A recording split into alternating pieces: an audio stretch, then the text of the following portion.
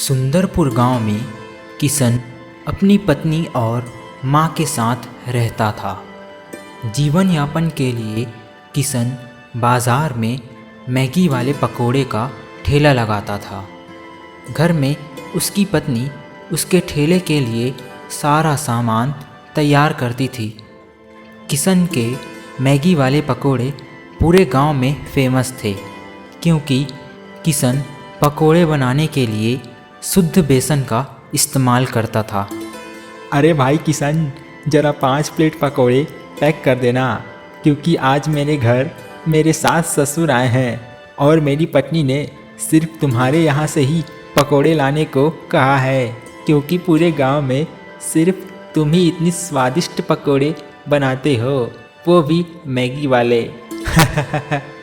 हाँ भाई, मैं अभी पैक कर देता हूँ। किशन के मैगी वाले पकोड़े बहुत ही स्वादिष्ट थे, इसलिए हर रोज़ काफ़ी लोग उसके पकोड़े पैक करवा कर ले जाते थे और उसके ठेले पर हमेशा कुछ लोगों की भीड़ लगी रहती थी। वो सारे वही पकोड़े खाते रहते थे।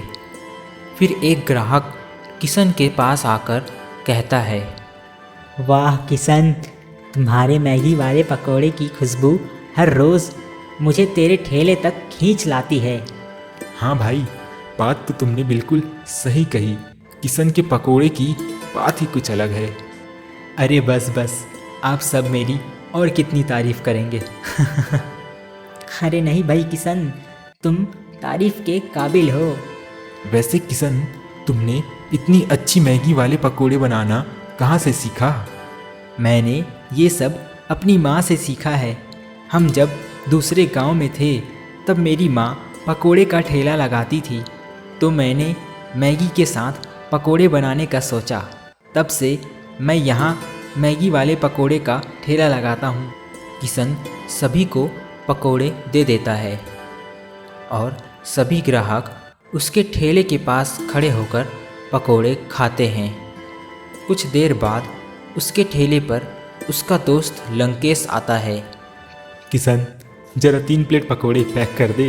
बच्चों ने घर में परेशान कर दिया है कि आज किशन चाचा के मैगी वाले पकोड़े खाना है। हाँ हाँ, क्यों नहीं। किशन लंकेश को पकोड़े देता है और पैसे ले लेता है। ऐसे ही धीरे धीरे किशन के सारे पकोड़े बिक जाते हैं और फिर वह अपने घर चला जाता है। अगली सुबह लंकेश किशन के घर की ओर जाता है। अरे भाई किशन, घर पर हो क्या? हाँ, कौन? अच्छा लंकेश, तुम हो? कहो, कैसे आना हुआ? कुछ नहीं भाई, बस ऐसे ही टहलने निकला था तो सोचा तुमसे मिलता चलूं। अरे किशन, तुम्हारा बेसन तो बहुत ही अच्छी क्वालिटी का दिख रहा है, ये तो बहुत महंगा होगा। हाँ लंकेश, ये बेसन महंगा तो है, इसलिए लोगों को मेरे पकोड़े इतने पसंद आते हैं, क्योंकि इसकी क्वालिटी बहुत अच्छी होती है। पर तुम इतने महंगे सामान लाओगे तो तुम्हें बहुत कम मुनाफा होगा। बात तो तुम्हारी सही है।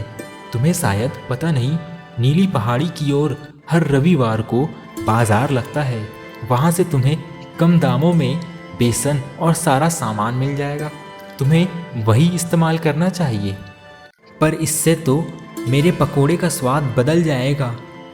ऐसा कुछ नहीं होगा, और किसे पता चलेगा? इससे तुम्हारी आमदनी और बढ़ जाएगी। लंकेश किशन का दोस्त था, पर वह अंदर से किशन की तारीफ सुनकर जलने लगा था। लोगों के बीच किशन के पकोड़े की चर्चा होती रहती थी। यह सब देखकर लंकेश ने किशन को सस्ता सामान लेने को कहा। लंकेश उसे लालच दिलाकर उसका नाम खराब करना चाहता था। हाँ भाई, तुमने सही कहा, मेरी आमदनी बहुत कम है। मैं अब से सस्ता सामान लाकर उनके ही पकोड़े बनाकर बेचूंगा। फिर किशन रविवार को उस बाजार में जाकर सारा सस्ता सामान ले आता है। अब किशन वही सस्ते सामान से पकोड़े बनाता है और बेचने निकल जाता है। लंकेश ने ये बात बताकर बहुत अच्छा किया, अब मुझे दुगुना लाभ होगा। ये सोचकर किशन मन ही मन हंसने लगता है। धीरे धीरे किशन के ठेले पर ग्राहक आने लगते हैं और पकोड़े पैक करवाकर चले जाते हैं। अरे भाई, ज़रा 3 प्लेट पकोड़े पैक कर दो। हाँ। भैया जरा 2 प्लेट पकोड़े पैक कर देना। ऐसे ही उस दिन किशन के सारे पकोड़े बिक जाते हैं। अरे वाह, आज तो मुझे अच्छा मुनाफा हुआ है। अब घर चले जाता हूँ। अब किशन हर रोज़ वही सस्ता सामान इस्तेमाल करता है और अब किशन का लालच इतना बढ़ जाता है कि वह बचे हुए तेल में पकोड़े बनाने लगता है। बेटा, जरा 1 प्लेट पकोड़े तो खिलाओ। किशन उस ग्राहक को पकोड़े देता है। फिर जैसे ही वह आदमी पकोड़े खाता है तो उसे खराब तेल की गंध आने लगती है। अरे ये क्या, तुमने तो पुराने बचे हुए तेल का इस्तेमाल किया है। इसमें से कितनी गंध आ रही है। नहीं नहीं, मैंने अच्छे तेल का ही इस्तेमाल किया है। ऐसे ही उस दिन कुछ लोग उसके ठेले से चले गए। अरे ये क्या, आज तो बहुत सारे पकौड़े बच गए। कोई बात नहीं, कल फिर से इन्हें ही तल कर बेच दूंगा, किसको पता चलेगा। किशन ऐसा सोचकर घर चले जाता है। घर में किशन की माँ उसे टोकते हुए बोलती है, क्या हुआ बेटा, आज तुम्हारे पकोड़े कैसे बच गए, और वो भी इतने सारे? आज तक तो ऐसा कभी नहीं हुआ। कुछ नहीं माँ, आज धंधा थोड़ा कम था, बस इसलिए।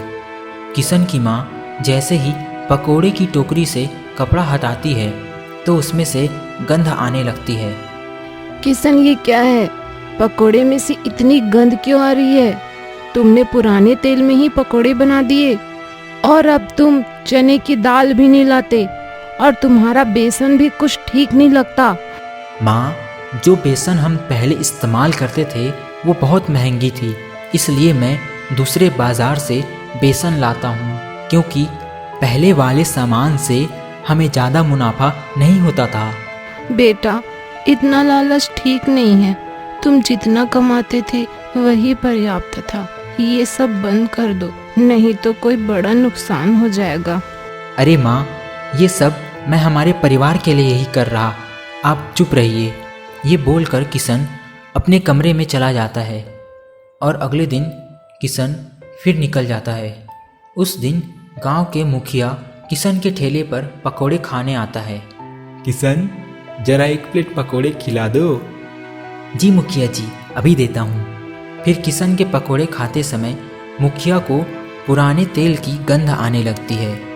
अरे ये क्या किशन, तुमने तो पुराने तेल का इस्तेमाल किया है। तुम ग्राहकों के साथ धोखा करते हो, तुम्हें शर्म नहीं आता? उसी समय वही पुराने ग्राहक भी आ जाते हैं जो किशन के खराब तेल से तले हुए पकोड़े खा चुके थे और मुखिया जी से किशन की शिकायत कर देते हैं। उसी वक्त किशन की माँ भी वहाँ आ जाती है। किशन, अब तुम इस गांव में पकोड़े नहीं बेचोगे। बेटा, मैंने कहा था तुमसे, ज़्यादा लालच ठीक नहीं है। किशन दुखी होकर माफ़ी मांगने लगता है, पर किसी ने भी उसकी बात नहीं मानी और किशन का दोस्त लंकेश दूर खड़े होकर ये सब देखकर हंसने लगता है। ऐसे दोस्तों से सावधान रहें जो आपका काम बिगाड़ने के लिए तत्पर रहता है।